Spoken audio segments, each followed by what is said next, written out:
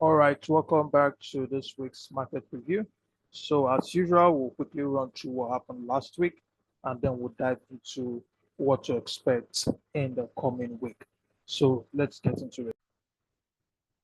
So, last week we had an ATR burst, right? So, we could see we closed above the weekly range right here. And what we were expecting was that we are going to see some sort of reversal price action or counter trend price action, and then on Thursday to see a continuation of the range. So if we get into MT5, basically what happened was the price just dropped all the way from Monday, right, and then began to revert on Wednesday. So by the time it was taking out this high, so if you remember, I mentioned the fact that if we are going to look for a sell, we want to see this fractal high taken out, right, and then we'll be looking for that sell. However, when this ran through this, right, the subsequent entry that was given to us on the lower time frame was very large, right? So we had a very huge candle of this particular move, and we couldn't really get in on it. Of course, price gaps to the downside.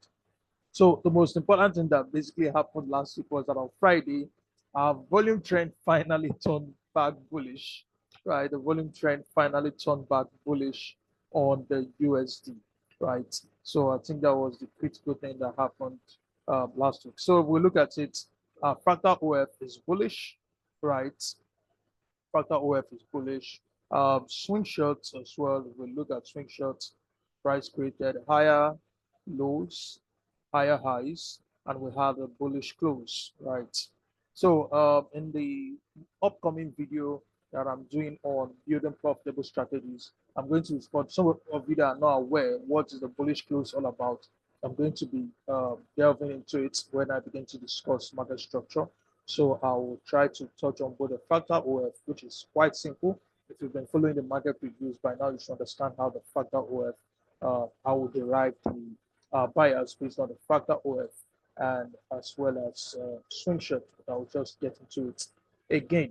All right, but we are focused on the market review. So let's get into what to expect for the week. So factor OF is bullish, right? Broke to the upside, broken to the upside again. Uh, Volume trend, like I mentioned, has also turned bullish on the USD. Um, Swing short is also bullish on the USD.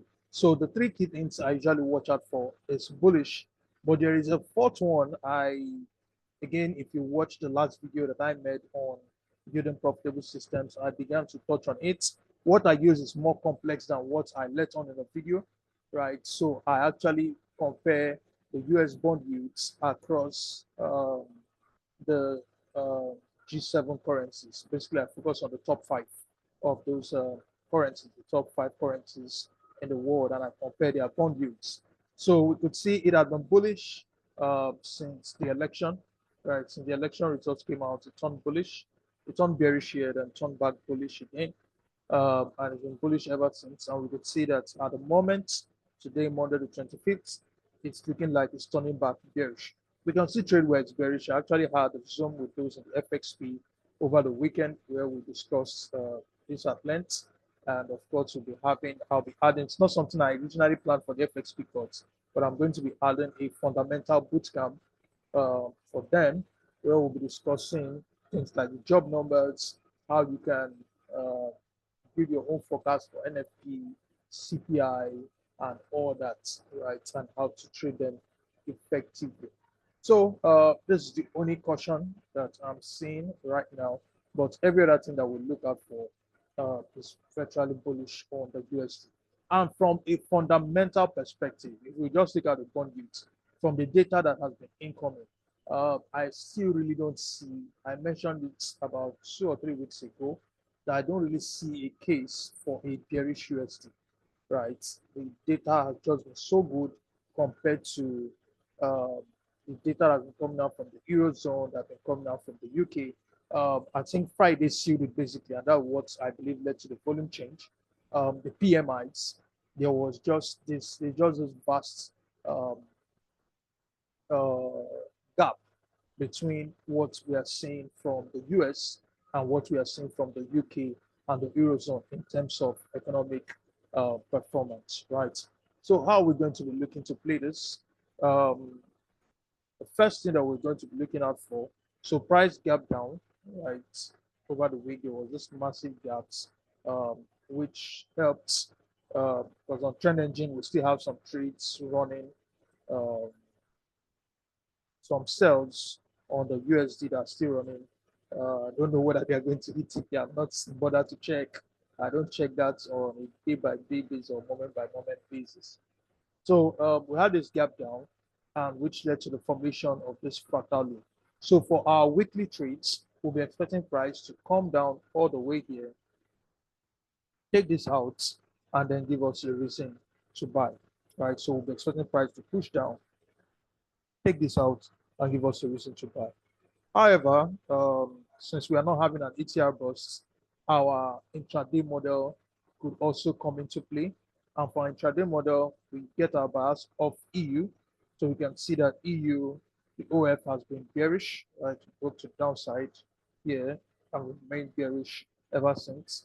Now, if we go to H4, so if you remember for our intraday models, we basically want the order flow on both H4 and daily to be saying the same thing, right?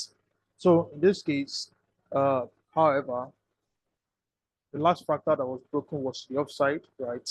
We had this fractal high that was broken to the upside. And so the H4 order flow, the fractal order flow on H4 is bullish, whereas daily is bearish. So we want H4 to align with the daily, or for daily to come align with H4, right? I think it will be easier for H4 to actually align with daily than for the daily to align with the H4, right? So basically, we'll be looking for it to break below this, right? So maybe sometime in the week, break below this, and then we'll just be waiting for our Asian high to be taken, and then we get a reason to sell EU and GU. So of course, for those who are just maybe newbies, when we are looking to buy the USD, basically we are looking to sell EU and GU. We want to sell EU and GU. So if we are buying the USD, we want to be selling EU and GU. We want to be selling foreign currency.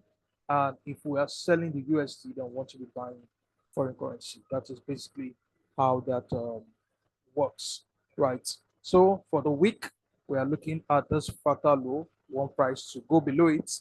Once it goes below it, even if it's a week, right? And also want the low being created on the dollar futures at the same time. So there's the dollar futures.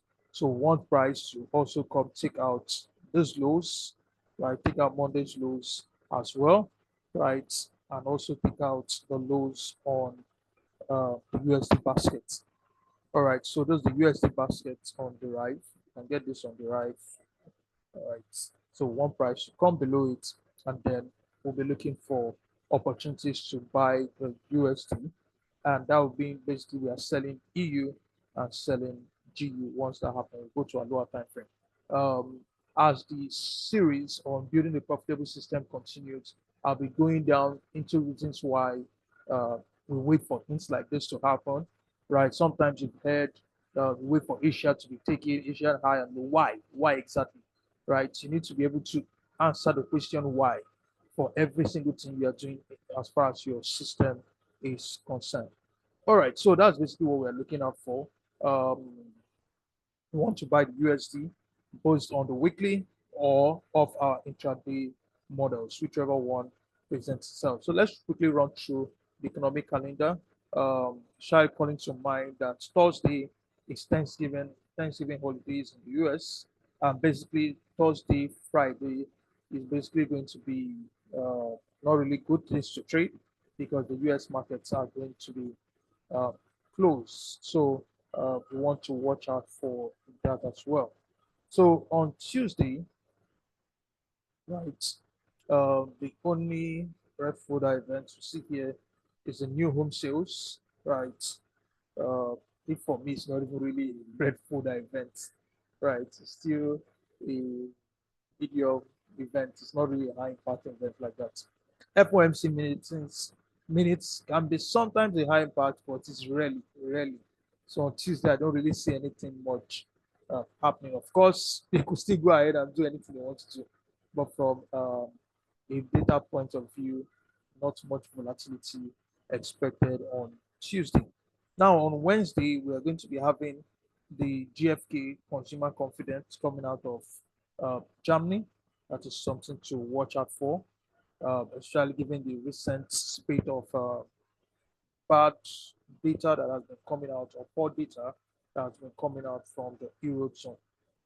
Also, we'll be seeing durable goods as well as the GDP price index, and most importantly, the PCE. That's the Federal Reserve's preferred measure of inflation, right? It's also going to be coming out. So a whole lot of things will be coming out on this Wednesday because uh, some of them would have come out on Thursday before, but given the fact that Thursday is going to be a holiday, all of them are going to be coming out on Wednesday, and they're going to be coming out at the same time. So your durable goods, GDP data, PCE data, even the jobless data that normally comes out on Thursday is going to be coming out on Wednesday. So it's coming out by 2:30 my time. You need to find out what time it's coming out. That time is going to be likely going to be very crazy, right? This volatility is likely going to be much, all right? So you should factor that in to whatsoever thing you are doing. So that's basically that. So on Thursday, um, we'll be having inflation data coming in from Germany, uh, basically. And I think that is all that we are going to have for Thursday because it is Thanksgiving in the US, right? And then on Friday as well, um, not much, just retail data, retail sales data coming in from um, Germany, and then inflation from I think that's France, right? Unemployment again from Germany, right? So Thursday, Friday, it's basically just going to be the European or the London session that is going to determine market moves. So probably might skew some things to one side. But of course, market is still going to do whatever it wants to do. So basically, what we are looking for this week is for opportunities to buy the USD and sell EU and G. All right. Now, concerning the Black Friday sales is running into its final days. A couple of people have been having issues with using the discount coupon. So I'm going to make a very, very short video tomorrow, a very, very short video tomorrow that is going to outline how to use the coupon code to order. At the moment, the FX Speakers has only 2 slots available for the rest of the year, right? So by next year, I guarantee you the price is going up. The price is going up. So for the rest of the year, just 2 slots left. I mentioned it, I think, far back as July or so, that I'm only going to be taking 15 slots per year, and it's only going to run for 3 years. So once those 3 years are done, there's no more entry to the FXP forever. This is not fluke forever. There will be no more entry into the FXP and all that. For the trend engine, at current price, we still have, I think, like 4 slots available um, for the trend engine as well. So you want to take advantage of this, use the Black Friday code Black Friday to get 30% off any products on the Trade Experts website. And if you have any questions, feel free to use the contact form to reach out, or you could just ask a question underneath any of our videos and I will respond. And of course, on Wednesday, I'll be continuing with the series on how to build profitable models. Actually liking the fact that a whole lot of people are finding value from that, the first part, right? So we just talked about fundamentals and all that.